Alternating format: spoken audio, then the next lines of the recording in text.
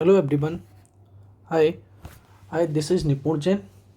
Uh, I completed my undergraduation from Delhi University and now I pursuing my MSc from IIT Dhanbad and I already qualified GATE, just IIT JAM, CU, CET, all these exam are I'm already qualified.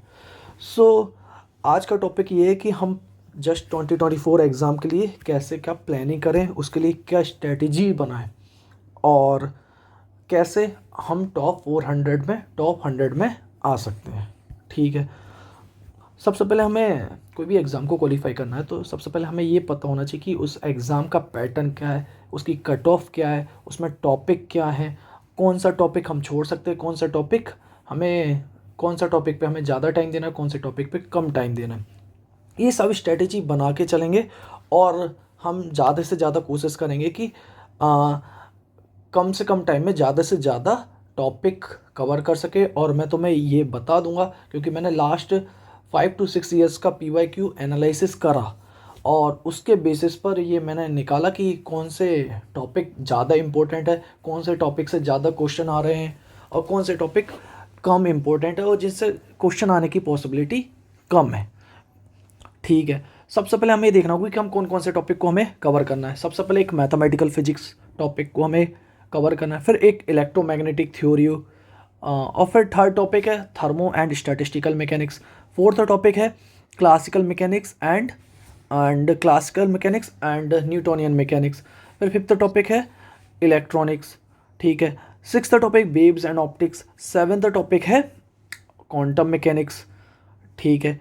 अब हम इन सब चीज़ों के बाद अब हम देखते हैं कि कौन कौन से टॉपिक से कितने कितने क्वेश्चन लाइक प्रीवियस ईयर में आए हैं, जिससे हमें एक रफ आइडिया लग जाए कि कौन सा टॉपिक ज़्यादा इम्पोर्टेंट है, किससे ज़्यादा क्वेश्चन आते हैं और कौन सा टॉपिक कम इम्पोर्टेंट है। ठीक है।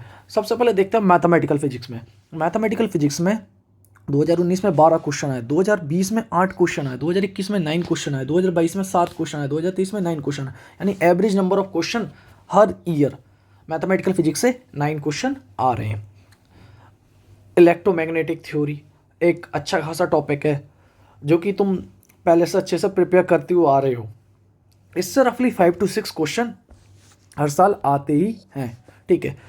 अगला टॉपिक है थर्मो एंड स्टैटिस्टिकल मैकेनिक्स। ये टॉपिक मैं कह सकता हूँ कि बहुत ईजी है। ठीक है।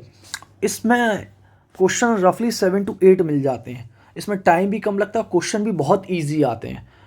ठीक है। मैं इसमें तुम्हें इंपॉर्टेंट टॉपिक आखिरी में बता दूंगा कि कौन कौन से टॉपिक हैं जिससे ज़्यादा क्वेश्चन आ रहे हैं। ठीक है। अगला टॉपिक है क्लासिकल मैकेनिक्स। ठीक है। इससे ऑन एन एवरेज 9 क्वेश्चन हर साल आ रहे हैं। वेव्स एंड ऑप्टिक्स अगला टॉपिक है, उससे रफली 5 क्वेश्चन हर साल आने की पॉसिबिलिटी रहती है, जिसमें तुम देखोगे इंटरफ्रेंस पोलराइजेशन से हर साल एक क्वेश्चन या एक या दो क्वेश्चन आते ही है। अगला टॉपिक है इलेक्ट्रॉनिक्स से भी हर साल 5 क्वेश्चन आ ही रहे हैं। क्वांटम मैकेनिक्स एक कोर सब्जेक्ट है, इससे हर साल 8 से 9 क्वेश्चन आ रहे हैं। ये तो हमने समझ लिया कि जस्ट के पेपर में किस टॉपिक से कितने क्वेश्चन आ रहे हैं।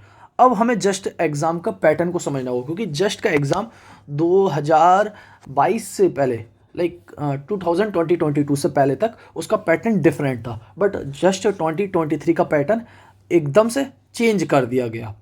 अब उसको पहले पैटर्न को समझते हैं हम, फिर उसके बाद उसकी कट ऑफ को डिस्कशन करेंगे, फिर उसके बाद हम देखेंगे कि कौन कौन से टॉपिक किस सब्जेक्ट से इंपॉर्टेंट टॉपिक हैं और किस पे हमें ज़्यादा टाइम स्पेंड करना है। फिर उसके बाद हम अपने आप को डेली बेसिस पे कैसे क्या प्रिपरेशन कर सकते हैं, फिर हम उसकी प्लानिंग करेंगे। ठीक है। अब जस्ट एग्ज़ाम का पैटर्न कैसा क्या है चलो देखते हैं। ठीक है। सबसे पहले ये देखो कि इस साल जस्ट का एग्ज़ाम IIST ऑर्गेनाइज करा रही है। मोड ऑफ एग्जामिनेशन ऑनलाइन है। टाइमिंग क्या है 3 आवर्स की है। ठीक है। ठीक है। 3 आवर्स का एग्ज़ाम है। ठीक है। उसके बाद negative marking 1/3 of a negative marking. जैसे सपोज करो तुम्हारा फर्स्ट पार्ट में अगर 3 नंबर का क्वेश्चन है तो तुमने अगर कोई भी क्वेश्चन गलत करा तो उसमें से 1 मार्क्स कट हो जाएगा, यानी 1/3 नेगेटिव मार्किंग है in each section. Types of question, इसमें सभी क्वेश्चन MCQ टाइप है, ना तो इसमें MSQ है ना तो NIT टाइप है, न्यूमेरिकल आंसर टाइप है। अच्छी चीज़ ये है कि सभी क्वेश्चन MCQ हैं, ठीक है। सेक्शन ए में तुम्हें 25 क्वेश्चन मिलेंगे, ठीक है। उसमें सही क्वेश्चन करने पे 3 मार्क्स और रॉन्ग क्वेश्चन करने पे -1 मार्क्स। सेक्शन बी में तुम्हारे लिए 25 क्वेश्चन अगेन मिलेंगे, जिसमें सही क्वेश्चन करने पे 9 मार्क्स और रॉन्ग करने पे -3 मार्क्स। टोटल यानी तुम कह सकते हो 50 क्वेश्चन होंगे, जिसका टोटल मार्क्स 300 होगा, ठीक है। अब इसकी कट ऑफ को देखते हैं। जस्ट एग्ज़ाम को क्लियर करना एक अलग पॉइंट है और अच्छी रैंक लाना एक अलग पॉइंट है।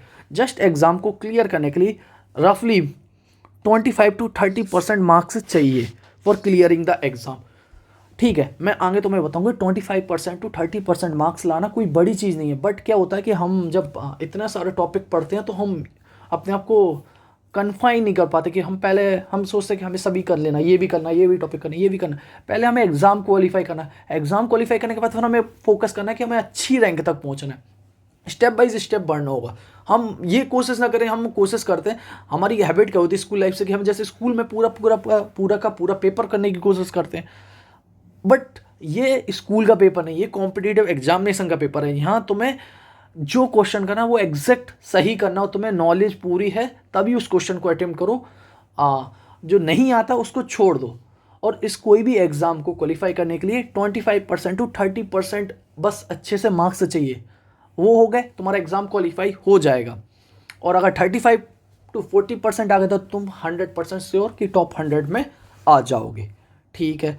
अब हम समझते हैं कि इम्पोर्टेंट टॉपिक्स कौन कौन से सब्जेक्ट से क्या क्या है। जैसे सबसे पहले हम चलते हैं मैथमेटिकल फिजिक्स, ठीक है। मैथमेटिकल फिजिक्स से हर साल वेक्टर अलजेब्रा से क्वेश्चन आता है, डिफरेंशियल इक्वेशन से भी एक क्वेश्चन आती है, मैट्रिसेस से भी एक क्वेश्चन आती है, कॉम्प्लेक्स से भी 1 से 2 क्वेश्चन आता ही है, प्रोबेबिलिटी से भी 1 से 2 क्वेश्चन आता ही है, और लाप्लास और फोरियर ट्रांसफॉर्म से कभी कभी एक क्वेश्चन आता है इन दोनों में से, या फिर कभी एक क्वेश्चन आ जाता है।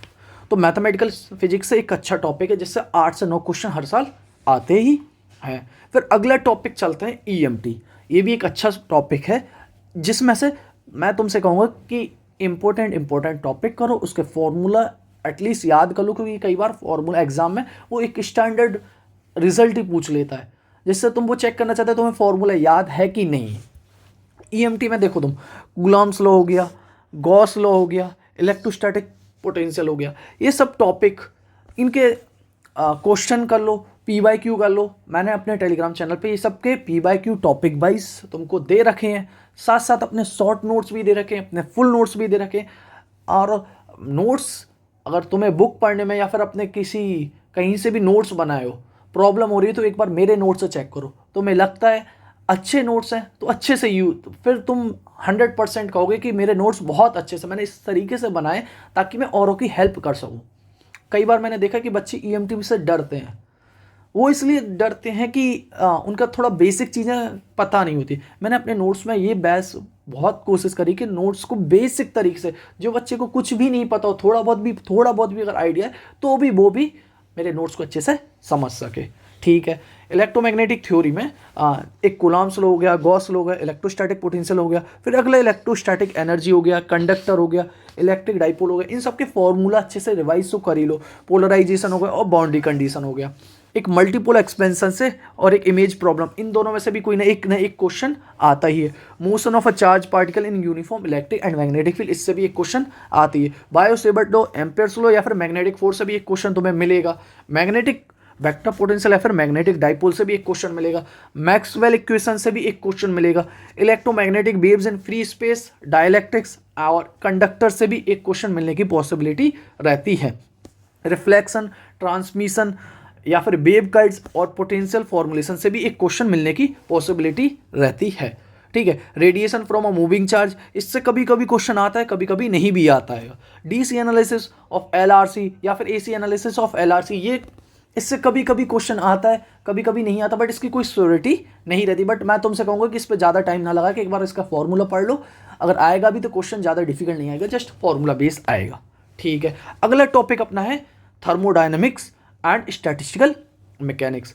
ये टॉपिक बहुत ईजी है और इससे क्वेश्चन भी अच्छे आते हैं और इसमें स्कोर करना भी आसान होता है, इसमें क्वेश्चन ज़्यादा डिफिकल्ट नहीं बनते। काइनेटिक थ्योरी ऑफ गैसेस, पिछली बार काइनेटिक थ्योरी ऑफ गैसेस से लास्ट ईयर 2023 में 2 क्वेश्चन आए थे। क्वेश्चन बिल्कुल सिंपल थे, 9 मार्क्स के। Law of thermodynamics, entropy, micro canonical से तो ज़्यादा क्वेश्चन नहीं बनते। कैनोनिकल ट्रांसफॉर्मेशन, ये बहुत इंपॉर्टेंट टॉपिक है। इसी में तुम्हारे लिए एक हार्मोनिक ऑसिलेटर बन जाएगा और एक मैग्नेटाइजेशन से मैग्नेटिक डाइपोल या फिर मैग्नेटिक फील्ड में अगर पार्टिकल को रखें तो कैनोनिकल ट्रांसफॉर्मेशन से क्या क्या पार्टीशन फंक्शन लिखवाते हैं। ठीक है, एक ग्रांड कैनोनिकल पार्टीशन फंक्शन, इससे क्वेश्चन ज़्यादा नहीं आते, मतलब ये ज़्यादा इंपॉर्टेंट नहीं कह सकते। तो आइडेंटिकल पार्टिकल से एक क्वेश्चन आने की पॉसिबिलिटी हमेशा रहती है। थर्मोडायनेमिक्स रिलेशन से कभी कभार क्वेश्चन आ जाता है। ब्लैक बॉडी रेडिएशन एक इंपॉर्टेंट टॉपिक है, इसमें जस्ट फॉर्मूला रिवाइज कर लो, ज़्यादा क्वेश्चन डिफिकल्ट नहीं बनते, बट ये है कि ईजी क्वेश्चन आते हैं, तुम कर ले जाओगे। प्रोबेबिलिटी डिस्ट्रीब्यूशन या फिर मैक्सवेल डिस्ट्रीब्यूशन, प्रोबेबिलिटी डिस्ट्रीब्यूशन से भी एक क्वेश्चन आ जाता है और मैक्सवेल डिस्ट्रीब्यूशन से भी कभी कभी एक आध क्वेश्चन बन जाता है। अब अगला टॉपिक करते हैं क्लासिकल मैकेनिक्स। ये अच्छा टॉपिक है, इससे क्वेश्चन हमेशा 7 से 8 आते हैं और क्वेश्चन ज़्यादा डिफिकल्ट नहीं होते। अगर तुम मेरे शॉर्ट नोट्स भी पढ़ लोगे तो भी तुम 2 से 4 से 5 क्वेश्चन कर ले जाओगे।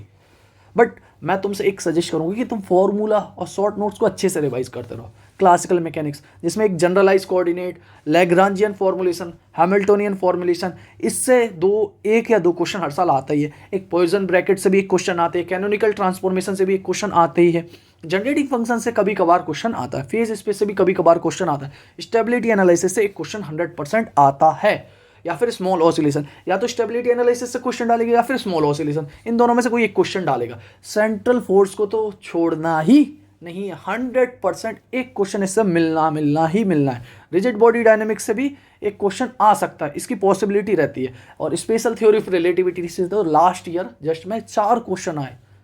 मतलब एक ऐसा टॉपिक है जो हर एग्जाम में पूछने वाला ही है, इसको टॉपिक को छोड़ ही नहीं सकते। एक सेंट्रल फोर्स को भी छोड़ ही नहीं सकते। न्यूटन्स लॉ ऑफ मोशन से कभी कभार क्वेश्चन पूछ लेता है, नॉन इनर्शियल फ्रेम से भी कभी कभार एक आध क्वेश्चन पूछ लेता है, कंजर्वेशन ऑफ मोमेंटम और एनर्जी से भी एक ना एक आध क्वेश्चन पूछ लेता है।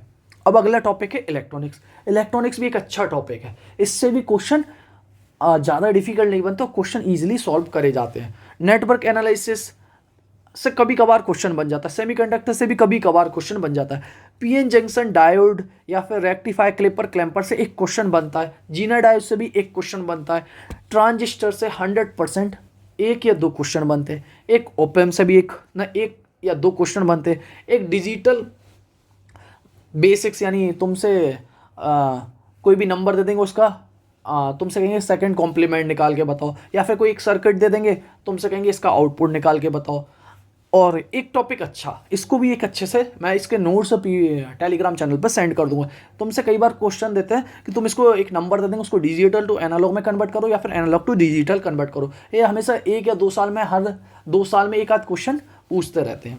एक एरर एनालिसिस से भी कभी कभार क्वेश्चन पूछ लेते हैं। अगला टॉपिक है ऑप्टिक्स। ऑप्टिक्स के सबसे अच्छा ये चीज़ है कि इसके ज़्यादा क्वेश्चन जो ऑप्टिक्स के होते हैं वो ज़्यादा डिफिकल्ट नहीं बनते, फार्मूला बेस्ड होते हैं, तुम्हें फार्मूला पता है तुम ईजिली कर ले जाओगे। और मैं अपने टेलीग्राम चैनल पे अपने फार्मूले की एक ऑप्टिक्स के भी शॉर्ट नोट्स डाल रखा होगा, तुम एक बार उनको भी पढ़ ले जाओगे ना तो तुम्हारे क्वेश्चन बन जाने हैं। 5 से 6 क्वेश्चन आते हैं, ईजी क्वेश्चन आते हैं।